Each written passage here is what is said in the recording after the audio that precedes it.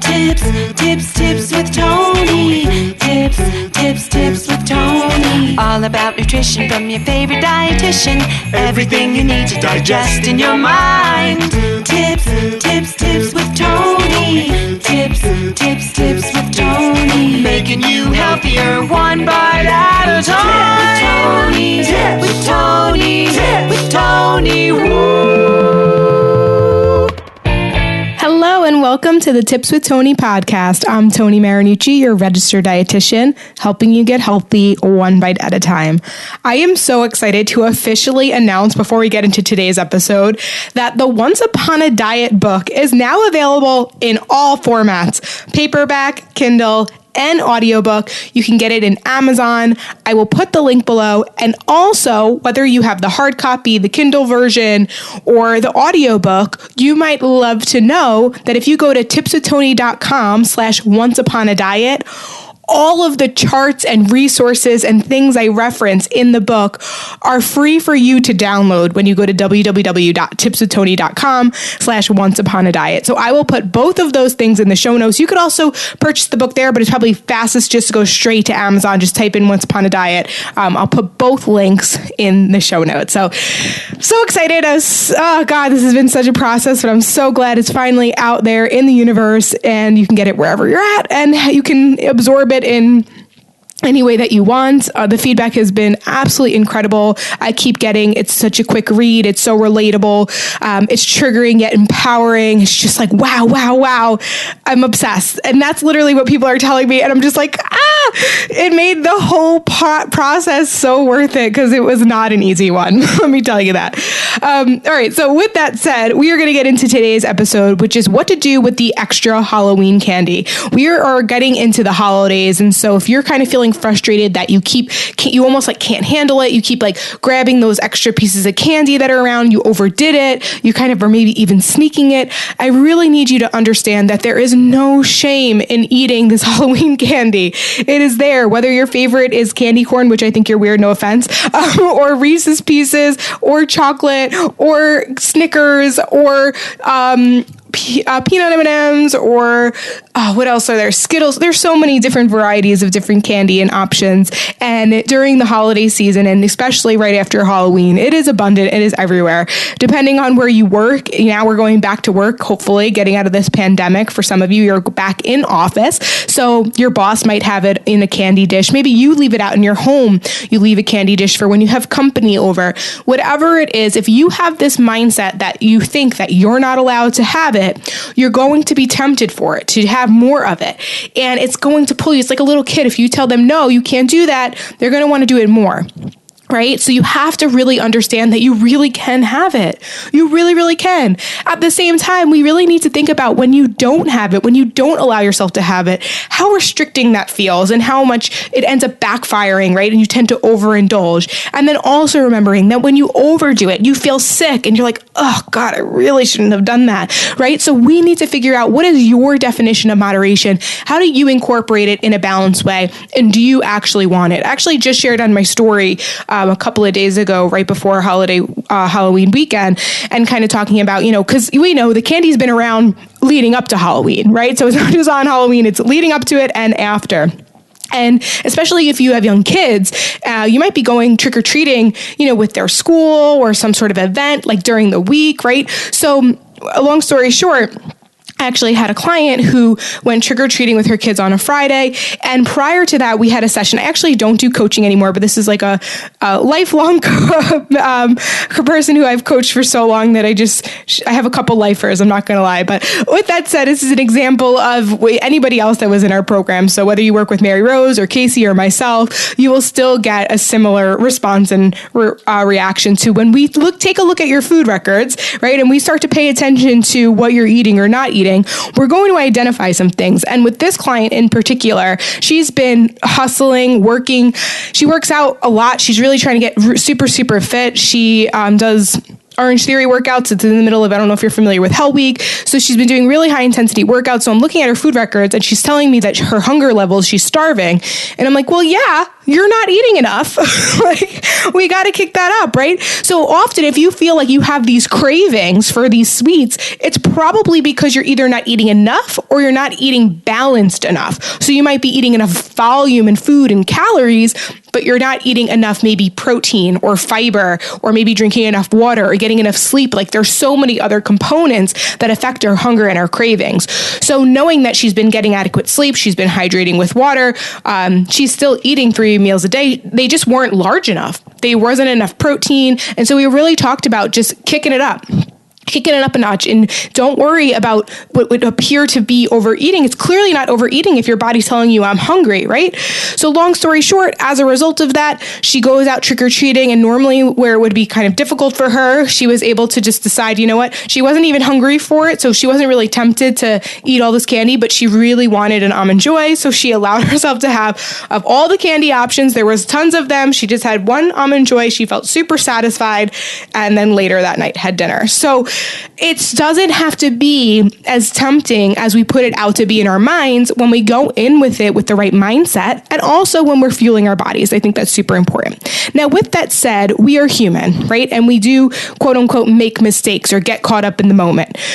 Right? So the first thing I need you to do is that if you do have something maybe in the moment and you have a piece of candy, maybe you don't even really like it that much, or maybe you had and you're like, oh, I really want another one, right? And now you're in this moment, but you're started thinking like, I shouldn't have done that. That guilt sets in.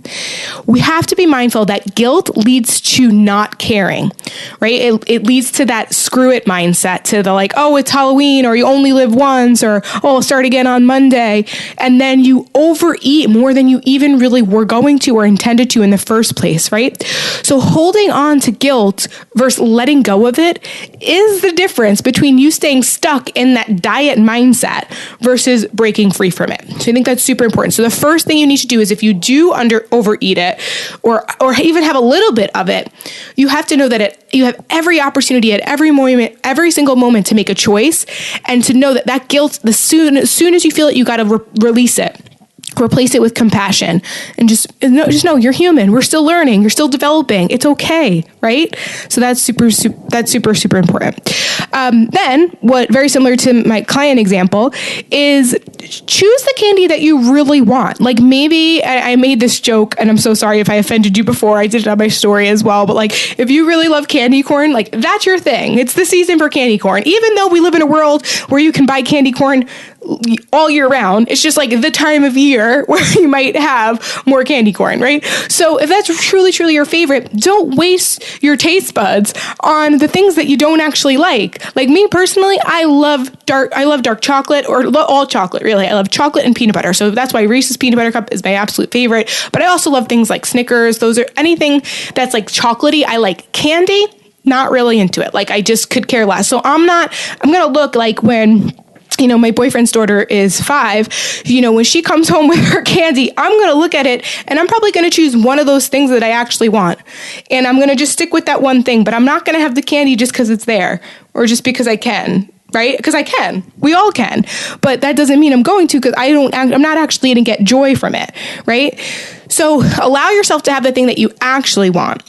And then just, put the rest away. Now, if there's something that you really want that's all around, like a lot, maybe those are the things that maybe you do keep maybe a little bit up high. Maybe you leave the candy so it's like out of sight, out of mind. If you do have at home where you have the dishes of candy, put the candy that you don't like in there. Don't put the one that's like keeps calling your name, right? If you're at a work situation, make sure that you have the type that you actually want, or making sure that you're actually feeling fed and full, like make sure you're eating lunch and stuff like that. And if you know that if you go by this office, you're probably going to be tempted to grab, go to the other way if there's another way to go go about it, or make sure you have something that or you're allowing yourself, you're kind of telling yourself like, I am allowed one handful, right? That's fine. You allow that one handful, but you then don't go back for a bazillion handfuls, because you know that doesn't make you feel well, or depending on what your goals are, it's probably not going to help you get to that goal, right? So I think that's super important. If you can give away the rest after, Halloween is over, if you can donate it, just Google donate Halloween candy around me. If you want to give it away, that's helpful too. Because maybe you really just genuinely don't even care for it, but you find yourself eating it just because it's there, which is normal. We are influenced by our environment. You might benefit from just kind of getting rid of it. If it hurts your heart to throw it out, donate it. If not, throw it out. I'm not telling you what's good or bad or moral or immoral. I think that, unfortunately, lots of food goes to waste. And so to avoid that, I would donate it. But it's also okay. And you don't have to feel guilty if you decide to just throw it in the garbage because it makes your life easier. That's also okay. Okay? I'm not judging you, giving you full permission to do whatever you need to do to be the healthiest, best version of you. All right. Now, lastly, when you decide to choose what candy you are going to eat, whether it's the Reese's Peanut Butter Cup, whether it's the candy corn, whatever it is, I want you to be mindful as you're eating it, right? I've said this on a billion times before, but maybe you're new to the Tips of Tony podcast. We know that candy is not the most nutritious option, right? You can't compare candy or chocolate to broccoli or salad, right? Obviously, we know vegetables have more nutrients. Therefore, they're going to probably make you feel better when you eat more of them. Whereas chocolate or candy or cookies or sweets, there's not much nutrient quality to it. However, it's going to make you feel good in the moment because it tastes good. It's going to light up all those, the dopamine, all the things that are going off in your brain that are like, oh, I like that. It's sugar. It's sweet. It's delicious, right? So I'm not saying that to say you shouldn't have this and you should have that. What I'm saying is that we clearly know that the nutrition quality of those are different. However, there's different purposes behind choosing them. And when it comes to choosing the sweets, we know we're not doing it to get vitamin A, vitamin C, and fiber, right? We're doing it to get immediate pleasure. And that's okay, right? Life is meant to be enjoyed and your food can be enjoyed, right? So, but with that said, don't try to shove it down and eat it really quickly and almost pretend like it didn't happen. Like, if you're choosing to eat it for the enjoyment, savor that moment. Sit down, eat it slower. Use your 5 senses. What I mean by that is like smell it, taste it. Now, it doesn't have to be so elaborate like that. But the point is that when you eat it more mindfully, you're basically you're saying to your body and to your mind, like, I'm allowing myself to have this. There's no need to feel shame for it. But if you eat it quickly or try to hide it, that's the opposite of that. Right? So by sitting down, eating it slowly, you can truly enjoy it, which was the original intention for you to be eating it in the first place. Okay? So just a quick recap. If you have some extra Halloween candy lying around, know that it's okay to have it. Please let go of any guilt because that will only lead to restriction, which then leads to overeating, and then the cycle will continue. Select your favorites and give away the rest. And when you do choose to have it, savor the moment and enjoy it. All right. I hope you found this helpful. If you did, take a screenshot of this episode, share it on social media, tag me at tips_Tony with an I. If you're not subscribed to the Tips of Tony podcast, definitely hit that subscribe button. A new episode comes out every Tuesday and Thursday. And when you're subscribed, you don't miss a beat. Thank you so much for listening. This is Tony Marinucci, your registered dietitian, helping you get healthy one bite at a time.